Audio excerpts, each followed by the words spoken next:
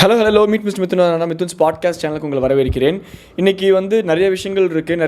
இனிமேல் அந்த லவ் சீரிஸ்லாம் கொஞ்சம் குறைச்சிக்கலான்னு இருக்கேன். என்னால் நிறையா கதைகளை படிக்க முடியல, ஃபாலோ பண்ண முடியல. ஒவ்வொருத்தர் 10 பேஜுக்கெலாம் புலம்பி வச்சிடுறீங்க. என்னால் முடியல நண்பா. என் வாழ்க்கையில் எனக்கு நடக்கிறத யோசி பார்க்குறக்கு எனக்கு நேரம் இருக்க மாட்டேங்குது. நேரம் இருந்தாலும் எனக்கு அதில் உண்பாடு இருக்க மாட்டேங்குது. அதனால் அந்த லவ் சீரிஸ்லாம் படித்து அதை அப்சர்வ் பண்ணி அதில் என் பெர்ஸ்பெக்டிவ்லாம் பேசுகிறது இனிமேல் வழக்கம் போல் எனக்கு தோன்றது மட்டும் பேசிட்டு போயிடலாம் அப்படின்னு ஒரு முடிவு பண்ணிட்டேன். சரி, ஓகே. இன்றைக்கி என்னென்னா, கூலி படத்துக்கு போயிட்டு அப்படியே இப்போ தான் வரேன்.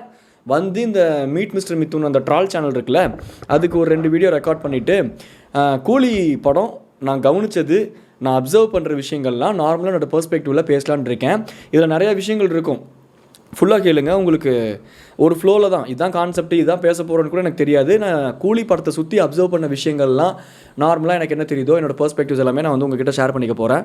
ஸோ ஃபுல்லாக கேளுங்க. கேட்டதுக்கப்புறம் உங்களோட ஒப்பீனியன் என்ன, உங்களுக்கு ஸ்ட்ரைக் ஆச்சா, ஹிட் ஆச்சா, ஏதாச்சும் ஒரு பாயிண்ட்லாம் அப்படிங்கிறத நீங்கள் கீழே சொல்லுங்கள். அப்புறம் டாக்டர் பிபிடி திவாகர் அவர்களை பற்றி ஒரு வீடியோ கம்ப்ளீட்டாக நான் அவரோட ஃபர்ஸ்ட் இன்டர்வியூலேருந்து இப்போ வரைக்கும் எல்லா இன்டர்வியூஸும் மேக்ஸிமம் பார்த்துருக்கேன். ஸோ அந்தளவுக்கு அவரை ஃபாலோ பண்ணிட்டு இருந்தேன் ஒரு என்டர்டெயின்மெண்ட் பர்பஸ்க்காக. இப்போ அவர் எப்படி மாறினார், அவர் தெரிஞ்சு பண்ணுறாரா, தெரியாமல் பண்ணுறாரா, என்னோட அப்சர்வேஷன் என்ன, அவர்கிட்ட இருந்து என்ன லேர்ன் பண்ணிக்கலாம், அதாவது அவருக்கு நடந்த விஷயத்துலேருந்து என்னத்தை லேர்ன் பண்ணிக்கலாம் அப்படிங்கிற மாதிரி ஒரு பாட்காஸ்ட் பேசணுன்னு இருக்கேன். அது பேசலாமா வேண்டாமா அப்படிங்கிறத உங்கள் ஐடியா என்னங்கிறத கமெண்ட் செக்ஷனில் சொல்லுங்கள். ஸோ கூலி நான் என்ன அப்சர்வ் பண்ணேன்னா, full and full negative reviews. படம் ரிலீஸ் ஆகி ஒரு 2-3 நாள் ஆயிடுச்சா, எங்கே திரும்பினாலும் நெகட்டிவ் ரிவ்யூஸு. யாரை பார்த்தாலும் அடிச்சுக்கிறானுங்க. ட்விட்டர்லாம் ஓப்பன் பண்ணால், ட்விட்டருங்கிறேன், இன்ஸ்டாகிராம்லாம் ஓப்பன் பண்ணால் இவங்க வேறு ஒரு ஆக்டரோட ஃபேனு, இவங்க உள்ளுக்குள்ளே ஃபேக் ரிவ்யூஸ் பண்ணுறாங்கன்னு சொல்லிட்டு ஒரு தரப்பு ஆக்டரோட ஃபேன்ஸ் இன்னொரு தரப்பு ஆக்டரோட ஃபேன்ஸ்லாம் சண்டை போட்டுக்கிறத பார்க்க முடியுது.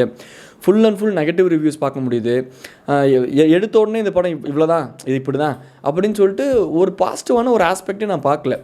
ஒரு 3 டேஸ் கம்ப்ளீட் ஆனதுக்கப்புறம் கொஞ்சம் ஒரு பாசிட்டிவான ஒரு ஃபீட்பேக் வந்துச்சு. படம் நல்லா தாங்க இருக்குது, டீசெண்டாக தான் இருக்குது. இவங்க தான் ஓவர் ஹைப்பு, ஓவர் பில்டப், அந்த எக்ஸ்பெக்டேஷன்ஸ்லேயே இருக்காங்க. அதனால இந்த மாதிரி ரிவ்யூஸ் வெளியே வருது அப்படின்னு சொல்லிட்டு அதுக்கப்புறம் கொஞ்சமாக அந்த ரிவ்யூஸ்லாம் மாறிச்சு. நான் எப்போயுமே இப்படி தான், நான் ஒப்பீனியனே வச்சுக்க மாட்டேன். இந்த படம் நல்லாயிருக்கு, நல்லா இல்லை, அதெல்லாம் தாண்டி இந்த படம் எனக்கு ஒர்க் ஆகுதா இல்லையா, அந்த 2 மணி நேரம் 2.5 மணி நேரம் என்னை என்டர்டெயின் பண்ணிச்சா இல்லையா, அது மட்டும்தான் என்னோடய ஆஸ்பெக்டாக இருக்கும். ஏன்னா படத்துக்கு போகிறதோட எண்ட் அவுட்புட் அதுக்கு தான். நம்ம எண்ட் அவுட்புட் ஒரு டேரக்டர் ஒரு படம் ரிலீஸ் பண்ணுறது நம்ம என்டர்டெயின்மெண்ட் பண்ணுறதுக்கு தான், இல்லை அவங்களோட கதைகள் நம்ம கேட்குறதுக்காக தான். நம்மளோட எண்ட் அவுட்புட்டுமே ஒரு படம் பார்த்துட்டு நம்மளுக்கு டைம் பாஸ் ஆச்சா, ஒரு என்டர்டெயின் ஆச்சா, வெளியே வரும்போது இந்த கமர்ஷியல் எலிமெண்ட்லாம் நமக்கு பிடிச்சிருந்துச்சா, நம்மளுக்கு கொஞ்சம் நேரம் அந்த படம் பேச வச்சதா, கொஞ்சம் இம்பாக்ட் இருந்துச்சா, இதுதான் அவுட்புட்.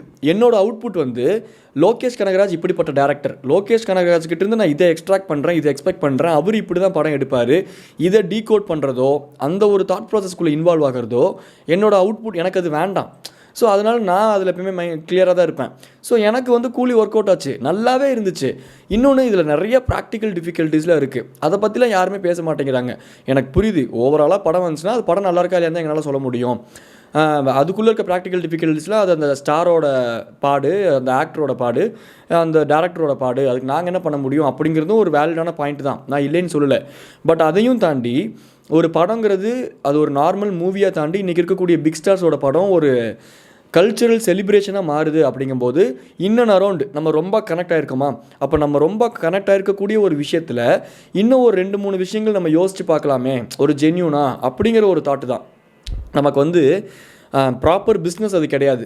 நான் காசு கொடுக்குறேன், எனக்கு இந்த ஃபுட்டு கொடு அப்படிங்கிறத தாண்டி வி ஹவ் ஸ்டார்டட் லவ்விங் ஒரு பர்சனை, அவரோட ஆரா, அந்த மனுஷனோட ஒர்க்கு, அந்த மனுஷனோட ஸ்பீச்சு, இந்த வயசில் இருக்கக்கூடிய எனர்ஜி, இது எல்லாமே நம்ம பர்சனலாக கனெக்ட் பண்ணிக்கிற அளவுக்கு வி ஆர் செலிப்ரேட்டிங் இல்லையா. அப்போது இன்னும் கொஞ்சம் ப்ராக்டிக்கல் டிஃபிகல்ட்டிஸ்லாம் பார்த்து, ஓகே இந்த மூவி இப்படி தான் இருக்கும், இந்த அவுட்புட் இப்படி தான் இருக்கும் அப்படிங்கிற ஒரு பேசிக் எக்ஸ்பெக்டேஷன்ஸில் போய் உட்காந்துருந்தீங்கன்னா மூவி கண்டிப்பாக உங்களை சாட்டிஸ்ஃபை பண்ணியிருக்கும். ஏன்னா ப்ராக்டிக்கல் டிஃபிகல்ட்டிஸ் நான் என்ன சொல்கிறேன் அப்படின்னா, with all due respect to Rajini sir, அவரோட ஏஜுக்கு அவர் ஒரு ஸ்க்ரீன் ப்ரெசன்ஸில் அவரை காட்டணும், மேக்கப் அது போட்டும் கொடுத்துடக்கூடாது, அந்தளவுக்கு மேக்கப் போடணும், அந்தளவுக்கு அவரை நடிக்க வைக்கணும், அந்தளவுக்கு எனர்ஜைஸ்டாக அந்த சீன் இருக்கணும். ஒரு ஆக்ஷன் சீக்வன்ஸு இப்போ இருக்கக்கூடிய ஒரு ஆக்டரை வச்சு பண்ணாங்க அப்படின்னா இன்னும் ஒரு 10 மடங்கு எலிவேட் ஆகக்கூடிய ஆக்ஷன் சீன், ஒரு ஆக்ஷன் சீக்வன்ஸு ரஜினி சார்னு வரும்போது அது இன்னொரு 5% லைட்டாக கம்மி ஆகும். ஏன் அது கம்மி ஆகுதுன்னா அவரோட ஏஜ் ஃபேக்டர், அந்த மாதிரியான சில விஷயங்கள்லாம் இருக்குது. ஸோ இந்த மாதிரி நிறைய விஷயங்கள் ப்ராக்டிக்கலாக இருக்குது difficulties. But end of the day இந்த பாயிண்ட் வேலிட் தான். ப்ராக்டிக்கல் டிஃபிகல்ட்டிஸ் அவங்களோட போகட்டும், எனக்கு படம் ஒர்க் ஆச்சா இல்லையா, நல்லா இருக்கா இல்லையா தான் சொல்ல முடியும். அப்படிங்கிறத தாண்டி நான் ஓவராலாக இன்னொன்று என்ன கவனித்தேன் அப்படின்னா, இன்றைக்கெலாம் ஒரு அர்ஜு இருக்குது, நான் தான் ஃபஸ்ட்டு ரிவ்யூ போடணும் அப்படிங்கிற அந்த அர்ஜுனாலேயே படத்தை வேகமாக ஒரு என்ஜாய் பண்ணியே பார்க்க மாட்டேங்கிறோம். எது ஒன்றையுமே இன்வால்மெண்ட்டே இல்லாமல் நம்ம பண்ணுறோமோ. பேசிக்காகவே ஹியூமன்ஸ் ஓவராலாக நீங்கள் யோசிச்சு பாருங்கள், ஃபர்ஸ்ட் இருந்ததுக்கும் இப்போ இருந்ததுக்கும் நிறைய டிஃப்ரென்ஸ் இருக்கும். நீங்கள் ஃபஸ்ட்டெல்லாம் யோசிச்சு பாருங்கள், பிஃபோர் இன்ஸ்டாகிராம் ஆஃப்டர் இன்ஸ்டாகிராம் இப்படியே கூட கிட்டத்தட்ட லேம் பண்ணிடலாம், தப்பே கிடையாது. ஏன்னா அந்த அளவுக்கு சொசைட்டி இன்ஃப்ளூயன்ஸ் இருக்குது இந்த சோஷியல் மீடியாவில். குறிப்பாக இந்த இன்ஸ்டாகிராமோட இன்ஃப்ளூயன்ஸ் ஜாஸ்தியானதுக்கப்புறம் சொசைட்டியாகவே நம்ம எவால்வ் ஆகிறதே வந்து ஒரு மோசமான ஒரு பாத்தை நோக்கி எவால்வ் ஆகிறோம். ஒரு 10 வருஷத்துக்கு முன்னாடி யோசிச்சு பாருங்கள், ஒரு படம் வந்தால் ஆனந்த விகடன் ரிவ்யூக்காக வெயிட் பண்ணி போய் பார்த்தவங்க இருக்காங்க, அவ்வளோதான், வேறு எதுவுமே அவங்களுக்கு தெரியாது. ஸோ அந்த படம் ஒர்க் ஆகுதா இல்லையா, அந்த படத்துக்கு பின்னாடி இருக்கக்கூடிய எலிமெண்ட்ஸ்லாம் என்னென்னு பார்க்காம அந்த படத்தை படமாக பார்த்தாங்க. இன்றைக்கி இருக்கக்கூடிய ஆடியன்ஸு கொஞ்சம் நஞ்சம் அறகுறையாக தெரிஞ்சுக்கிட்டு ஒரு ஸ்க்ரீன் பிளேனா எப்படி எழுதணும் தெரியுமா, ஒரு ஸ்க்ரீன் பிளேயில் இப்படிலாம் இருக்கணும் தெரியுமா, 3R ஸ்ட்ரக்சர் தெரியுமா, அதெல்லாம் நான் என்ன கேட்குறேன்னா, நமக்கு எதுக்கு அதெல்லாம்? படம் என்ன என்டர்டெயின்மெண்ட் பண்ணுதா? இந்த இடத்துல இந்த மாஸ் சீன் ஒர்க் அவுட் ஆகுதா, இந்த பிஜிஎம் எனக்கு ஒர்க் ஆகுதா, தலைவரோட இந்த ஃப்ளாஷ்பேக் போர்ஷன் எனக்கு ரொம்ப பயங்கரமாக ஒர்க் அவுட் ஆச்சு, அது ஒர்க் ஆச்சு, எனக்கு பயங்கரமாக ஒர்க் ஆச்சு. ஓவராலாக ஒரு கதைன்னு பார்க்கும்போது சில லேகிங்கான எலிமெண்ட்ஸ் இருந்தாலும் உள்ளுக்குள்ளே ஒரு கதை இருக்கா, உள்ளுக்குள்ளே 1008 லாஜிக் மிஸ்டேக் இருக்குது ப்ரோ. நீ வந்து பியாண்ட் த லைஃப் ஒரு மூவி பார்க்கும்போது அது என்ன சொல்லுவாங்க, ப்ராப்பராக ஒரு வேர்ட் சொல்லுவாங்களே, ஐயோ நம்ம யதார்த்தத்தை ஒன்றிய வாழ்க்கை படம் பிடிக்காமல் ஹையர் தேன் லைஃப் மூவிஸ் இதெல்லாம். ஸோ ஹையர் தேன் லைஃப் மூவிஸ்ன்னு நம்ம எடுக்கும்போது அதில் commercial element higher than life movies அப்படின்னு வந்தாலே லாஜிக்கே சுத்தமாக பார்க்கக்கூடாதுன்னு நான் சொல்லலை. ஆனால் அதில் குட்டி குட்டி லாஜிக் மிஸ்டேக்ஸ் இருக்கிறது, அதில் கான்சென்ட்ரேட் பண்ணோம்னா நம்மளுக்கு படம் பிடிக்காம தான் போகும் அப்படிங்கிறேன், வேற ஒன்றும் இல்லை. படத்தை என்ஜாய் பண்ணி பார்க்கணுங்கிற மோட்லேயே இன்றைக்கி எவனும் போகல. இன்றைக்கி எல்லாமே கொஞ்சம் நாலேஜ் அங்கங்கே இன்ஸ்டாகிராமில் அந்த 4-5 புக்கில் எல்லாம் படிச்சுட்டு 2-3 டேரக்டர்ஸை யூடியூப்லாம் ஃபாலோ பண்ணிவிட்டு அவங்க சொல்கிற சில விஷயங்கள் மட்டும் அப்படி லைட்டாக மைண்டில் எடுத்துக்கிட்டு, நான் ஒரு இன்டெலெக்சுவல், நான் என்னையும் சேர்த்துக்கிறேன், ஹியூமன்ஸ்னு என்ன சேர்த்து சொல்கிறேன், நான் ஒரு இன்டெலெக்சுவல். இப்போ என் பக்கத்தில் ஒருத்தர் இருக்கான், நார்மலாகவே நீங்கள் யோசிச்சு பாருங்களேன், அவன் வந்து இந்த 3R ஸ்ட்ரக்சரே இது நல்லா இல்லை மச்சான், இந்த ஆளோட ஆர்க்கு பாரு, சத்யராஜா இங்கே ஆரம்பிச்சிருக்கு, சத்யராஜோட ஆர்க் இங்கே முடியல பாரு, அவர் எதுக்காக இதை கண்டுபிடிச்சார், அப்படி என்ன இதெல்லாம் அப்போது அவன் அப்படி பேசும்போது, ஓ நீ மட்டும்தான் இன்டெலெக்சுவலா, இப்போ நான் சொல்கிறேன் பாரு, அமீர் கான் இந்த இதுக்கு தேவையில்லடா, நாட் தட் மச் யூனோ, வேறு ஏதாச்சும் ஆக்டர் போட்டுருந்துருக்கலாம், சும்மா நம்மளெல்லாம் தேட்டருக்கு வர வைக்கிறதுக்காக இது பண்ணுறேன். இந்த மாதிரி பேசியே எல்லா இன்டெலெக்சுவல்னு காட்டுறக்கே ஒரு கேங் சுற்றிட்டு இருக்கிறதா மனசு கஷ்டமாக இருக்குது. இந்த நெகட்டிவ் ரிவ்யூஸ் கொடுக்குறாங்க, நெகட்டிவ் ஆஸ்பெக்ட்ஸ்லாம் எடுத்து சொல்கிறாங்க அப்படின்னா அதில் ஜென்யூனிட்டி இருக்குது, அதில் ஜென்யூனான ரிவ்யூவர்ஸும் இருக்காங்க, நான் இல்லைன்னா சொல்லவே மாட்டேன். ஃபார் எக்ஸாம்பிள் சொல்லணும்னா சோடாபட்டி அப்படின்னு சொல்லிட்டு என்னோட ஃப்ரெண்டு, அவனோட சேனலே வந்து ஒரு மூவி ரிவ்யூ சேனல் தான், அது என் ஃப்ரெண்டுங்கிறனால சொல்லலை, அவங்ககிட்ட ஒரு ஜென்யூனிட்டி இருக்கும், அது நீங்கள் பார்த்தாலே புரியும். இப்போ நான் சொல்லும் போது என் ஃப்ரெண்டு அதெல்லாம் முட்டு கொடுக்க, அவனோட சேனல் நீங்கள் பார்த்தாலே உங்களுக்கு புரியும். அவன் எல்லா படத்தையும் வந்து அது ஒரு மாதிரி சப்டிலாக பேலன்ஸ் பண்ணுவான், அது ஆடியன்ஸையும் அவன் ரெஸ்பெக்ட் பண்ணுவான், அந்த படத்துக்கான கிராஃப்ட்டையும் அந்த ஒர்க்கையும் அவன் ரெஸ்பெக்ட் பண்ணி நிறைய ஜென்யூனான ரிவ்யூஸ் இருக்காங்க, நான் இல்லைன்னு சொல்லலை. இப்போ புதுசாக முளைக்கிற நிறைய பேர் இந்த ரிவ்யூவர்ஸ் எல்லாம் தாண்டி, இப்போ நார்மலாக செலிப்ரிட்டிஸ்லாம் இவங்க இல்லை, இன்ஸ்டாகிராம் இன்ஃப்ளூயன்சர் இல்லை, ரிவ்யூவர்ஸ்லாம் இல்லை, அதெல்லாம் ஒதுக்கி வச்சுருவோம். நார்மலாக பீப்புளே பாருங்களேன், ஒரு படத்தை விட்டு வெளியே வந்த உடனே ஒரு புலிட்டிஃபையிங் மோட்லேயே இருக்காங்க. அந்த புலிட்டிஃபையிங் மோடை வந்து ஜஸ்டிஃபை பண்ணுறக்காக அந்த படத்தோட நெகட்டிவ் ஏதாச்சும் ஒரு எடுத்து பேசணுமே அப்படிங்கிறதுக்காகவே சில விஷயங்கள் பேசி பக்கத்தில் இருக்கவனுக்கும் தெரிஞ்சோ தெரியாமலோ ஒரு மைண்ட் செட்டையும் சேர்த்து கிரியேட் பண்ணிடுறாங்க. Lokesh Kanagaraj one of the greatest commercial cinema director இப்போ இந்தியாவில், அதில் மறுபேச்சே கிடையாது. அவர் மாநகரம் மாதிரி ஒரு ஹைப்பர் லிங்க் மூவியோ ஒரு நாள் எடுக்க முடியும், கைதி மாதிரி ஒரு 1 நைட்டில் நடக்கக்கூடிய கதையை வித்தவுட் சாங்ஸோ ஒரு நாள் கன்வே பண்ண முடியும். இந்த 2 மூவிஸோட எக்ஸ்பெக்டேஷன்ஸ் நம்மளை ரொம்ப ஹையாக செட் பண்ணிருச்சு. அதுக்கப்புறம் விக்ரமும் ரொம்ப டீசெண்டாக நம்ம அந்த மூவிஸை வந்து பூர்த்தி பண்ணுற அளவுக்கு சில எலிமெண்ட்ஸ் இருந்துச்சு. தமிழ் சினிமா பார்க்காத புது சில எலிமெண்ட்ஸ் இருந்தனால விக்ரம் நம்ம அக்செப்ட் பண்ணிக்கிட்டோம். 2வது டைம் 3வது டைம் விக்ரம் பார்க்கும்போதுமே நம்மளுக்கு சம்டைம்ஸ் லேகாக இருக்கிற மாதிரி சில ஃபீல் வரலாம், எனக்கு பர்சனலாக வந்திருக்கு. பட் எனக்கு அந்த மூவி தேட்டரில் நல்லாவே ஒர்க் ஆச்சு. ஏன் அப்படின்னா புதுசாக ஒரு விஷயம் தமிழ் சினிமா ஆடியன்ஸுக்கு வந்து சேருது. ஃபார் எக்ஸாம்பிள் சண்டை காட்சிகளில் ரெட்ரோ சாங் வைக்கிறது, கடைசி 2 நிமிஷம் 3 நிமிஷம் கேமியோ யார் அப்படிங்கிறத சொல்லாமல் சர்ப்ரைஸாக அந்த ஃபஸ்ட்டு டே அன்றைக்கி அந்த கேமியோ யாருங்கிறத ரிவீல் பண்ணது, இதெல்லாம் தமிழ் சினிமா ஆடியன்ஸுக்கு புதுசாக இருந்துச்சு. அப்போ ஒரு ஹை கொடுத்துச்சு, அப்போ அந்த ஹையை நம்ம பிடிச்சிக்கிட்டோம். அது புதுசாக இருக்கிற அந்த டெம்ப்ளேட்டையே மறுபடியும் அவங்க யூஸ் பண்ணக்கூடாதுன்ட்டு இல்லை, புதுசாக அவுட் ஆஃப் த பாக்ஸ்லேருந்து யோசித்து வந்து ஒரு படம் பண்ணணுன்னா ஒரு டேரக்டருக்கு லிட்ரலாக ஒரு 7 வருஷம் 8 வருஷம் ஆகும். எந்த விதமான லாஜிக் மிஸ்டேக்ஸும் இருக்கக்கூடாது. இந்த மாதிரி ப்ராப்பராக எடுத்து அட்டிக்கணும் அப்படின்னா அதுக்கு ஒரு 8 வருஷம் உட்காந்து பண்ணி தான் ஆகணும். இவ்வளோ பெரிய ஸ்டார் கேஸ்ட் இருக்கும்போது நம்ம இதில் என்ன புரிஞ்சுக்கணும் அப்படின்னா, ஆர்ட் ஃபார்ம் அப்படிங்கிறது end of the day art form தான். ஆனால் அந்த ஆர்ட் ஃபார்முக்குள்ளேயும் ஒரு ஹியூமன்ஸோட பிஸ்னஸ் அடங்கியிருக்கு, பல பேர்த்தோட குடும்பங்கள் அடங்கியிருக்கு, ஃபினான்ஸ் அடங்கியிருக்கு. இந்த டைமுக்குள்ளே தான் தலைவரோட கால் ஷீட் இருக்குது, இந்த டைமுக்குள்ளே தான் லோக்கி கால் ஷீட் இருக்குது, அவங்க இந்த டைமில் தான் அவைலபிள், அப்போ அதுக்குள்ளே இதெல்லாம் பண்ணணும். இந்த மாதிரி குட்டி குட்டி நுவான்சஸான எலிமெண்ட்ஸ் நிறையா இருக்கும். அதெல்லாம் அவங்களோட ப்ராக்டிக்கல் டிஃபிகல்ட்டி ப்ரோ அப்படின்ட்டு நீங்கள் சொல்கிறது எனக்கு புரியுது, நான் இல்லைன்னு சொல்லலை, நானும் அதை அக்செப்ட் பண்ணிக்கிறேன். ஆனால் அதை உதாசீனப்படுத்திட்டு போக வேண்டாமே அப்படிங்கிறேன், அவ்வளோதான். ஏன்னா எண்ட் ஆஃப் த டே அவங்களும் தமிழ் சினிமா இண்டஸ்ட்ரி தான்.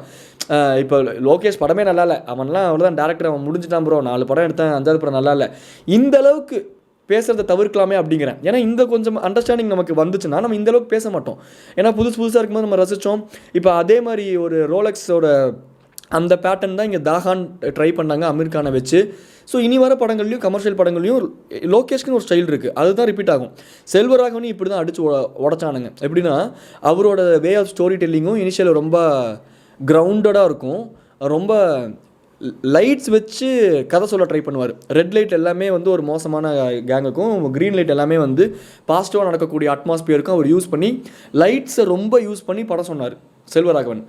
அப்போ வந்து லைட்டை யூஸ் பண்ணி ஒரு மனுஷன் எப்படி கன்வே பண்ணிட்டான் பாரு. புது பாட்டு டீகோடிங்லாம் இப்போ போடுறானுங்க, லைட்டை வச்சே இந்த சீன் எப்படி கன்வே பண்ணிட்டே இருப்பாருன்ட்டு. இப்போ அதே செல்வராகவன் என்ஜிகேல அதே லைட்டிங்கை யூஸ் பண்ணும்போது இந்த லைட்டை வச்சு எதாண்டா கதை சொல்லணும், அது அவங்களோட ஸ்டைலு, அதை விட்டுருணும். இப்போ மிஷ்கினோட படம் எடுத்துக்கிட்டிங்க அப்படின்னா, ஒரு ஹீரோ படி ஏறான் அப்படின்னா அதில் 30 ஸ்டேர் கேஸ் இருந்தாலும் 30 ஸ்டேர் கேஸுக்கும் ஸ்டார்ட் வைப்பார், பின்னாடியே போய்கிட்டு இருப்பார். அது வந்து எல்லா படத்துலையும் டேரக்டர்ஸோட டச் அங்கே இருக்கும். அந்த டேரக்டர்ஸ் டச்சு தான் அது, அவ்வளோதான். மறுபடியும் லோகேஷ் புதுசாக ஒன்று இன்ட்ரடியூஸ் பண்ணணும், மறுபடியும் ஒரு விக்ரம் மாதிரியே ஒரு விஷயத்தை புல் ஆஃப் பண்ணணும் அப்படின்னா அது அப்படி இல்லை. விக்ரம் மாதிரி இந்த படம் இருந்தால் தான் படம் நல்லாயிருக்கும் அப்படின்னு எதிர்பார்க்குறது ஊந்தப்பு. ஓவராலாக எதுவுமே என் மைண்டில் இல்லாமல் நான் போய் உட்காரும்போது எனக்கு ஓவராலாக படம் ஒர்க் ஆச்சு, நல்லா தானே இருந்துச்சு. இதில் என்னடா லாகுங்கிறானுங்க ஒரு தலைவருக்கு, அவரோட ஏஜுக்கு, அவர் அந்த அவங்களுக்கு கொடுக்கப்பட்ட அந்த பவுண்டரிஸ்குள்ளே மேக்ஸிமம் புல் ஆஃப் பண்ணியிருக்காரு லோக்கி அப்படின்னு தான் எனக்கு தோணுச்சு. அவ்வளோதான் அது. நானும் என்னடா இவ்வளோ நெகட்டிவ் ரிவ்யூஸ் கொடுக்குறானுங்க, இந்த அடி போட்டு அடிக்கிறானுங்க படமே. நான் வந்து இந்த பாட்காஸ்ட்டே எதுக்கு பேசணும்னு நினச்சேன்னா, இந்த படங்கள்லாம் தாண்டி இப்போ இந்த பாட்காஸ்ட் யாராச்சும் கேட்குறீங்கன்னா தயவு செஞ்சு ஒன்று புரிஞ்சுக்கோங்க, எந்த ரிவ்யூவுமே நம்பாதீங்க. ரிவ்யூக்கு பின்னாடியே நிறைய பிஸ்னஸ் இருக்குது, அதுக்கு பின்னாடியே நிறைய நியூவான்சஸான பாலிடிக்ஸ் இருக்குது இந்த ரிவ்யூஸ் சேனல்லாம். என்கிட்ட ஒரு டேரக்டர் ஆஃப் த மைக்கில் லிட்ரலாக என்கிட்ட ஒரு டேரக்டர், நல்ல டேரக்டர், அவர் லிட்ரலாக என்கிட்ட சொல்லியிருக்காரு, எனக்கு இன்னும் இன்றைக்கி இருக்கக்கூடிய நம்பர் 1 ரிவ்யூவர், யூடியூப்பை திறந்தாலே சட்டையை போட்டுட்டு அவர் தான். அவங்க டீமில் கால் பண்ணி டேரக்டரோட டீம்கிட்டே பேசியிருக்காங்க, இந்த அமௌண்ட் அனுப்பிச்சிங்கன்னா உங்கள் படத்தை பற்றி நாங்கள் பாசிட்டிவாக ரிவ்யூ பண்ணுவோம், இந்த அமௌண்ட் அனுப்பலைன்னா உங்களுக்கு தெரியும் எங்களை பற்றி, உங்கள் படமே ஓட முடியாதுங்கிற அளவுக்கு மிரட்டியிருக்கானுங்க. ஸோ இந்த ரிவ்யூக்கு பின்னாடியும் நிறைய விஷயங்கள் இருக்குது, நிறைய பிஸ்னஸ் இருக்குது. நீங்கள் once you get close to the industry or once you get to know how this is ஒர்க்கிங்கில் மக்கள்லாம் பார்த்தா என்னையும் சேர்த்தா சொல்கிறேன், எனக்கே என்னை பார்த்தா பாவமாக இருக்குது. இத்தனை நாளாக ஊரில் நம்ம இப்படி தான் ஏமாந்துக்கிட்டு இருந்தோமா, அப்போ எவனுமே உண்மையாக இருக்க மாட்டேங்களாங்கிற மாதிரி இருந்துச்சு. ஸோ எண்ட் ஆஃப் த டே நான் என்ன சொல்கிறேன், இந்த சொல் பூத்தியை ஒதுக்கி வச்சுருங்க. இந்த ரிவ்யூ சொல்லிட்டாங்க படம் நல்லா இருக்காது, உங்களுக்கு படம் ஒர்க் ஆகுதா இல்லையா அப்படிங்கிற அந்த சுயபுத்தியை மட்டுமே யூஸ் பண்ணி அது அனலைஸ் பண்ணி பழகுங்க. இது நான் இவ்வளோ தூரம் நான் பேசினது படத்துக்காக மட்டும் இல்லை, இனி ஃப்யூச்சரில் வரக்கூடிய எல்லா விஷயத்துலையும் இந்த இன்ஸ்டாகிராமில் இருக்கவங்க இல்லை எனக்கு எல்லாமே தெரியும், இல்லை நான் இப்படி தான் அப்படின்னு இந்த காமிச்சுக்கணும்னு நினைக்கக்கூடிய பீஸுங்க எல்லாமே அவங்கள எஸ்டாப்ளிஷ் பண்ணிக்கிறதுக்காக உங்களெல்லாம் ஒரு மார்க்கமாக அவங்க வழிக்கு கொண்டு வராங்க. அதில் நிறைய பேர்த்தோட உழைப்பை ரொம்ப டைப் கேஸ்ட் பண்ணிடுறாங்க, லோகேஷ்லாம் அவ்வளோதான் அப்படின்னு சொல்லிட்டு. நீங்கள் மாநகரத்தை உங்கள் மைண்ட்லேருந்து எடுத்துருங்க, கைதியை எடுத்துருங்க, விக்ரம் எடுத்துருங்க, லியோவும் எடுத்துருங்க, எல்லாத்தையும் எடுத்துருங்க. Someone who is new to the இண்டஸ்ட்ரிங்கிற மாதிரி லோகேஷை பாருங்கள், இந்த படத்தை போய் பாருங்கள், you will celebrate Lokesh. End of the day அந்த மினிமம் கேரண்டியாச்சும் லோக்கி கிட்ட இருக்கும், இதுக்காகவாச்சும் நான் படத்துக்கு போவேன் அப்படின்னு என் ஃப்ரெண்ட்ஸ் கிட்டலாம் சொல்லுவேன் கூலி வரக்கு முன்னாடி. அட்லீஸ்ட் அவர் மேக்கிங் நல்லாயிருக்கும், அட்லீஸ்ட் அந்த சீன்ஸில் வர ரூத்லெஸ்னஸ் அவர் அதுக்கு தான் ஜஸ்டிஃபை பண்ணியிருப்பாரு, சம்திங் ஏதாச்சும் ஒரு இடத்துல ஹைப் மூமெண்ட் வச்சிருப்பாரு, அந்த மியூசிக் புல் ஆஃப் பண்ணியிருப்பாரு, அதுக்காகவாச்சும் நான் லோக்கி படத்துக்கு போவேன் என் ஃப்ரெண்ட்ஸ் கிட்ட சொல்லிக்கிட்டு இருப்பேன். அது எல்லாமே இந்த படம் சாட்டிஸ்ஃபை பண்ணிருச்சு, அவள் தான் எனக்கு சொல்ல தெரியுது. இந்த படத்துக்குள்ளே நிறைய மைனஸ் இருக்குது. இப்போயும் என்னை கேட்டிங்க அப்படின்னா என்னால் இன்னும் உட்காந்து ஒரு 10 நிமிஷத்துக்கு இந்த படத்தை இந்த விஷயங்கள் மைனஸாக இருந்துச்சு, இந்த விஷயங்கள் கொஞ்சம் மாற்றிருந்தாங்க அப்படின்னா சூப்பராக ஒர்க் ஆகிருக்குன்னு சொல்ல முடியும். பட் எண்ட் ஆஃப் த டே அது என்னோட க்ரியேஷன் கிடையாது, அது ஒருத்தர் கிரியேட்டரோட க்ரியேஷன். அதை இது எனக்கு ஒர்க் ஆகலை ப்ரோ அப்படின்னு அந்த கிரியேட்டர்கிட்ட நான் சொல்ல முடியுமே தவிர்த்து, இதை நீங்கள் கொஞ்சம் இப்படி பண்ணியிருந்தீங்கன்னா you could have done better அப்படின்னு சொல்கிற அளவுக்கு நான் புழுத்தி கிடையாது. அதை நான் வந்து ரொம்ப தாழ்மையாக சொல்லிக்கிறேன். இங்கே நிறையா அந்த மாதிரி இருக்கானுங்க, அதுங்களெல்லாம் பார்த்து ஏமாறாதீங்க. Don't go beyond those sugar coated things அப்படின்ட்டு சொல்லிவிட்டு அவ்வளோதான். இதுதான் நான் சொல்லணும்னு நினச்சேன். கூலி அண்ட் சரௌண்டிங்ஸ் ஆஃப் கூலிஸ் அப்படின்ட்டு கூலியை சுற்றி நான் அப்சர்வ் பண்ண விஷயங்களில் இதுதான் நான் மேக்ஸிமம் அப்சர்வ் பண்ணேன். எனக்கு தெரியும் ஃபிலிம் நாலேஜ் எனக்கு ஜாஸ்தியாக இருக்குது. I have watched Iranian films, Italian films, இன்றைக்கி எல்லாமே ஃபிலிம்ஸ் கையிலவே அவைலபிள்ங்கிறதுனால ஒரு 4 இங்கிலீஷ் படத்தை பார்த்துட்டு why can't this satisfy that காட் ஃபாதர்லேருந்து நாயகனுக்கு ஒரு ரெஃபரன்ஸ் எடுத்திருக்காங்க, but why can't the remake அந்தளவுக்கு போயிட்டானுங்க. டேய் நீ மூடிக்கிட்டு போகிறியா அப்படிங்கிற மாதிரி தான் எனக்கெலாம் இருக்கும். எனக்கெலாம் தனுஷ் நடித்த குட்டி படமும் எனக்கு ஒர்க் ஆகும், கூலி படமும் எனக்கு கமர்ஷியலாக ஒர்க் ஆகும். கடைசி விவசாயி படத்தில் நான் தூக்கி வச்சு கொண்டாடினேன். ஏன்னா ஏன் இதெல்லாம் என்னால் பண்ண முடிஞ்சதுன்னா, நான் எவன் பேச்சையும் கேட்டு அதை நம்பி இந்த படம் பார்க்கல. எனக்கு ஒர்க் ஆச்சா இல்லையா, I felt this worked, I felt this doesn't work. சுயபுத்தி அது பார்த்துக்கோங்க. ஏன்னா இன்றைக்கி நிறைய ஃபேக் இருக்குது, சுற்றி நிறைய ஃபேக்ஸ் இருக்குது. நான் கூலிக்கு முட்டு கொடுக்குறதுக்காக பேசல. எனக்கு தலையும் பிடிக்கும், தளபதியும் பிடிக்கும், ரஜினி சாரும் பிடிக்கும், கமல் சாரும் பிடிக்கும். அந்த மாதிரி எனக்கு ஓவராலாக எல்லா ஆக்டர்ஸுமே பிடிக்கும். எனக்கு வந்து ஹேட்டட்லாம் யார் மேலேயும் கிடையாது. இந்த ஆக்டர் மேலே எனக்கு இவங்க பிடிக்குங்கிறனால இவங்களை பிடிக்காதுங்கிற கான்செப்ட்டு மட்டித்தனமான கான்செப்ட். அதுக்குள்ளே நான் போய் சிக்கவே மாட்டேன். ஸோ எனக்கு அந்த ஹேட்டட் இருக்காது. அதனால் நான் கூலிக்கு முட்டு கொடுக்குறதுக்கெலாம் பேசல. ஓவராலாக இட் ஒர்க் ஃபார் மீ. நீங்கள் தேட்டரில் பார்த்து இட் ஒர்க்ஸ் ஃபார் யூவா இல்லையா அப்படிங்கிறத நீங்கள் முடிவு பண்ணுங்கள். பட் உங்கள் மைண்டில் அந்த பேஸ் லெவல் ஆஃப் திங் மட்டும் புரிஞ்சுக்கோங்க. கூலி இஸ் நாட் ஃபிலிம் லைக் கடைசி விவசாயி. அது உங்களுக்கு புரிஞ்சால் போதும். It is a commercial film. அப்போ கமர்ஷியல் திங்ஸுக்கான எலிமெண்ட்ஸ் உள்ளுக்குள்ளே இருக்கும். ஸோ அது எனக்கு புரிஞ்சுது. So without any expectations, just I know this is a commercial film, this is going to be அதனால் ஹையர் தேன் லைஃப் மூமெண்ட் அப்படின்னு உட்காந்து பார்க்கும்போது எனக்கு it work out very well. எனக்கு பிடிச்ச நிறைய ஆக்டர்ஸ் உள்ளே இருந்தாங்க. ஸோ எனக்கு இன்னுமே அது எலிவேட் ஆகி ஒர்க் ஆச்சு. எனக்கு சௌபின் சாஹிர் ரொம்ப பிடிக்கும். தமிழ்நாட்டில் இந்த கூலி படத்தில் ஒரு இன்ட்ரடியூஸ் ஆகிறதுக்கு முன்னாடியே, அவர் கும்பலாங்கி நைட்ஸில் ஃபேமஸ் ஆகிறதுக்கு முன்னாடியே விக்ருதி அப்படின்னு ஒரு படம் இருக்குது. அந்த படத்தில் எனக்கு அவரை பிடிச்சது. ஆண்ட்ராய்ட் குஞ்சப்பன், அதுதான் இங்கே ரீமேக் பண்ணாங்க. ஆண்ட்ராய்ட் குஞ்சப்பன் எனக்கு அவரை ரொம்ப பிடிச்சது. பறவை அப்படிங்கிற ஒரு படத்தை அவர் டேரக்டே பண்ணியிருக்கார், which is a very good movie. அந்த டேரக்ஷன் எனக்கு அவ்வளோ பிடிச்சது. அதில் ஒரு வில்லன் ரோலும் பண்ணியிருப்பார் ஷௌபின். ஸோ ஷௌபின் எனக்கு பர்சனலாகவே ரொம்ப பிடிக்கும். ஆஸ் அன் ஆக்டர் எனக்கு ஷௌபின் ரொம்ப பிடிக்கும். ஷேன் நிகம் ரொம்ப பிடிக்கும். அப்புறம் இந்த மாதிரி நிறையா மலையாள ஆக்டர்ஸ்லாம் பிடிக்கும். அவங்க ஒர்க்லாம் பிடிக்கும். ஸோ அதனால நான் மெயினாக போனது ரஜினி சாருக்காகவும் சௌபின்காகவும். நாகார்ஜுனா சாரோட அந்த பாட்டு பிடிக்கும். லிட்டரலாக எல்லா 90s கிட்ஸுக்கும் பிடிக்கும். பெண்மை தீண்டாத பாரம் இல்லை தன்னன் பெண் மல்லிகை பூமாலை தொட்டாமல், அது என்னது, சோனியா சோனியா சொக்க வைக்கும் சோனியா, அதெல்லாம் இப்போ ஹைப் போட்டுக்கிட்டு இருக்காங்க இன்ஸ்டாகிராமில். கையில் மிதக்கும் கனவாணி கேட்டிருக்கீங்களாடா சின்ன பசங்களா? கையில் மிதக்கும் கனவாணி. ரச்சகன்லேருந்தே இவரை பிடிக்கும் எனக்கு, மிஸ்டர் சைமன், நாகார்ஜுனாவை. ஸோ அதுக்காகலாம் நான் சில விஷயங்கள் பிடிச்சது இருந்துச்சு. எந்த எக்ஸ்பெக்டேஷனும் இல்லாமல் போய் போத்தேன் அப்படின்ட்டு வந்துருச்சு. எனக்கு போய் பார்த்தேன் அப்படி வந்துருச்சு. போய் பார்த்தேன், எனக்கு it work for me end of the day. So அவ்வளோதான் நான் சொல்ல வந்தேன். So you choose. இந்த ரிவ்யூஸ்லாம் பாருங்கள். I use to enjoy reviews, I use to enjoy movie trolls. But அதை தனியாக அதான் நம்ம கொஞ்சம் அன்னப்பறவை மாதிரி இருந்துக்கிறது நல்லது. யார் சொல்கிறதையுமே கேட்டு அந்த பக்கம் வசீகரிக்காமல் நம்ம கொஞ்சம் யோசிச்சு செயல்படணும் போல். ஏன்னா இவனுங்கெல்லாம் நான் பேசுகிறது தான் கரெக்டாக, ஐ mean intellectual guy, I know every thing about ஃபிலிம்னா, அப்பா யூனோ மணிரத்னத்துக்கே நான் தான் கிளாஸ் எடுத்துக்கிற ரேஞ்சுக்கு ரிவ்யூ பண்ணுறானுங்க. எனக்கு அதெல்லாம் தான் எரிச்சலாக வரும்.